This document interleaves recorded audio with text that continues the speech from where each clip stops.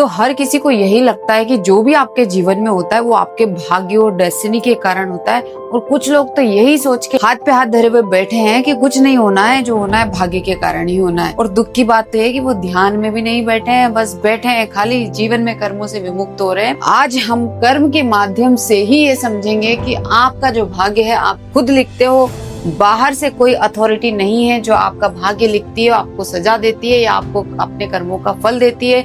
It is you who is creating Karma every time every moment. आज हम कर्मों का साइकिल समझेंगे। सबसे पहले आप ये समझिए कि आप यहाँ पर हो तो आप अपनी रियलिटी कैसे मैनिफेस्ट कर रहे हो, उसके लिए आपको ये समझना पड़ेगा कि कर्म का जो साइकिल है वो कैसा है और कैसी चीजें क्रिएट हो रही है और कैसे चल रही है। एक चीज समझिए, जब भी आप कोई एक काम करते हो तो वो काम कभी भी एकदम, पहली बात तो एक ग्राउंड से नहीं आता, उसके पीछे एक बैकग्राउंड वर्क कर रहा होता है जो आपका कैरेक्टर है, आपके इम्प्रेशन से पास्ट वो। इसके लिए ये समझिए कि जब भी आप कोई कर्म करते हो, माना कि आपने सबसे पहले अपने जीवन में जो भी कर्म किया वो कर्म आपके ऊपर एक इम्प्रिंट छोड़ता है, एक इम्प्रेशन छोड़ता है। वो खाली नहीं होता है, ऐसा नहीं होता कि आपने काम कर दिया और हो गया और खत्म नहीं। It is writing something on your nervous system. आपके नर्वस सिस्टम पे साइकोलॉजिकल लेवल पर एक इम्प्रिंट बन रहा है, उसका इम्प्रेशंस बन रही। ये इम्प्रेशंस क्या डिसाइड करते हैं? आपकी टेंडेंसीज, वृत्तियां, जिन्हें योग में कहा गया है वृत्तियां। जब जैसी आपकी वृत्तियां होती है वैसे ही आपके फ्यूचर के एक्शंस होते हैं, और जैसे आपके फ्यूचर के एक्शंस होते हैं वैसे ही आपका एक्सपीरियंस होता है।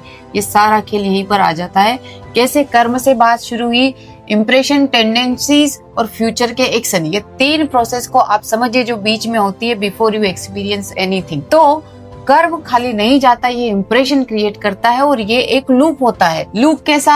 इम्प्रेशंस है, ये इम्प्रेशंस आपको कभी भी बिल्कुल एक बेसिक ग्राउंड पे वर्क नहीं करने देंगे। ऐसा नहीं कि बिल्कुल खाली होके आप एकदम रियलिटी के साथ वर्क कर रहे हो, नहीं। एक बैकग्राउंड हमेशा आपके माइंड में रहेगा जो आपके कर्मों को अफेक्ट करेगा और आपकी रियलिटी को, आपके एक्सपीरियंस को चेंज करेगा। तो हमारा टॉपिक ये था कि ये जो लूप है, ये जो लूप बन रहा है लगातार, इस लूप में आप चलते हो और कर्मों को क्रिएट करते हो। जितने ज्यादा ये लूप्स बनते हैं, जितने ज्यादा टेंडेंसीज, वृत्तियां आपके इसमें क्रिएट होती जाती है, उतना ही कॉम्प्लिकेटेड आप होते जाते हो। जितने धागे, जितने थ्रेड्स बनते जाएंगे ये मजबूत होता जाएगा। इसको समझो थोड़ा। यही तो बोला है जीवन का, जन्म मरण का बंधन इसी को बोला है कि जितने इम्प्रेशंस आप पे हैं आप मुक्त नहीं हो पाओगे मेंटली कभी भी।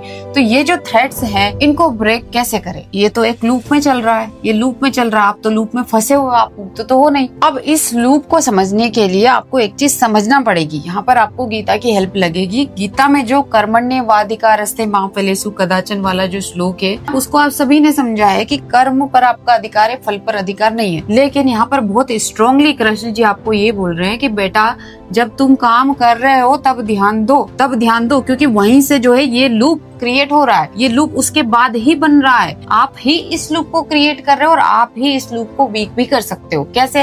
अब ये जो साइकिल है इसका इन्फोर्समेंट कैसे होता है आप ये समझिए। जब भी आपके प्रारब्ध होते हैं तो उसका री इन्फोर्समेंट आपके जो है मस्तिष्क में होता है। कैसे? जैसे कि आपको स्टिमुलस मिलता है, कोई एक थॉट आया, आप जो रियलिटी है कभी भी एक प्लेन ग्राउंड में परसीव नहीं करते। जो पीछे से आपको इनपुट मिल रहा है उसके कारण आप अपनी रियलिटी परसीव करते हो, आपका बिहेवियर वैसे ही शेप होता है। कैसे?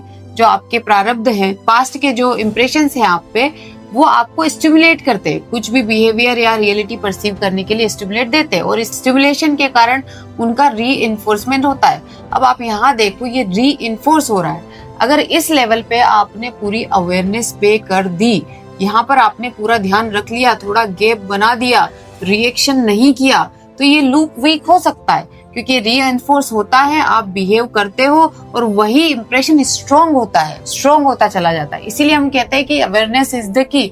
अवेयरनेस से ही आप इस लूप को जो है वीक करोगे। अब जब ये लूप वीक होगा, ये पास्ट के इंप्रेशंस वीक पड़ेंगे और आप जब अवेयर हो तो ये नए लूप भी कम बनेंगे, क्योंकि आप जब अवेयरनेस होके काम करते हो तो उसका इंप्रेशन आप पे क्रिएट नहीं करता, आप उसको साक्षी की तरह देख रहे हो। आपके नर्वस सिस्टम पे उसका इफेक्ट नहीं पड़ रहा है। कैसे? जैसे कि आपको गुस्सा आया, आपने गुस्सा किया नहीं, उसको देख लिया, अब वो घटित ही नहीं हुआ ना, आपने उसको देखा दूर से, वो इंटरनली तो आपके अंदर घटित ही नहीं हुआ। जब घटित नहीं होगा तो ये जो साइकिल है, ये जो लूप है, धीरे धीरे वीक होगा, बहुत ही धीरे धीरे। अवेयरनेस लाने के लिए भी आपको बहुत मेहनत करनी पड़ेगी। जब ये साइकिल, ये लूप धीरे धीरे वीक होगा, नए कर्म बनना कम होंगे, तो आपका माइंड जो है रियलिटी में आएगा, पूरी तरीके से एक रियल चीज देखने की स्थिति में आएगा। और यही हम कहते हैं कि ये जो अज्ञान का पर्दा है, ये भी ये कर्म के ही धागे हैं। इन धागों को कमजोर करो। जब इन धागों को कमजोर कर दोगे तो आपको लगेगा कि फेट, डेस्टिनी जैसी कोई चीज नहीं है। ये जो डेस्टिनी है, ये आप ही क्रिएट कर रहे हो और आप ही इसको कंट्रोल कर सकते हो। ये जो फेट है, इसकी जैसी कोई चीज है ही नहीं। इट इज यू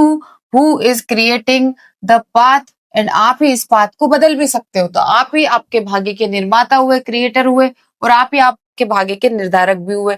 तो जब आप में इतनी क्षमता है तो आप ये तरह तरह के सिद्धांत क्यों पढ़ रहे हो? बेसिक चीजों को क्यों नहीं समझ लेते? साइकिल को समझ लो। आपके अंदर कुछ गुस्सा अभी भी आ रहा है, बिना कारण के आ रहा है, तो उसको समझो कि बिना रीजन के आप क्यों रिएक्ट कर रहे हो। जब बाहर ऐसा बैकग्राउंड है ही नहीं, अपने रिएक्शंस को, बिहेवियर को देखना शुरू करो, अपने कर्मों को वास्तविक लेवल पे समझना शुरू करो, तब आप कर्म के सिद्धांत को समझ पाओगे। तो कर्म जो है वो री होते हैं, और इसी री को हमें वीक करना है, और अपने कर्मों को डिसॉल्व करने का एक ही माध्यम है अवेयरनेस। अवेयरनेस को पकड़ लो, देखना शुरू करो अपनी हर एक चीज, कैसे बिहेव कर रहे हो, क्यों बिहेव कर रहे हो, किस कारण से बिहेव कर रहे हो। In reality there is a situation कि आप, ऐसी सिचुएशन है जिसके कारण आप ऐसा करो, या सिर्फ मेंटली ये चीज कर रहे हो। इतना आसान नहीं है लेकिन उतना कठिन भी नहीं है। अगर आप वर्तमान में धीरे धीरे आओगे, अपनी श्वास पे प्रयोग करोगे, तो आप ये बहुत चीजें बहुत ही इजीली करने लगोगे। तो इस तरीके से कर्म को समझिए, भाग्य के भरोसे मत रहिए। भाग्य कभी भी आपके जीवन को कंट्रोल नहीं करता है।